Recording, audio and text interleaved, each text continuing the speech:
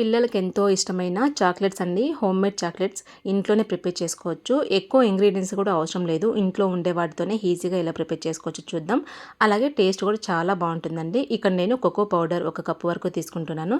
అదే కప్పుతో బెల్లం పౌడర్ 1 కప్పు తీసుకుంటున్నాను. సేమ్ కప్పుతోనే నెయ్యి 1 కప్పు అయితే తీసుకుంటున్నానండి. సేమ్ క్వాంటిటీలో అన్నీ తీసుకోవాలి.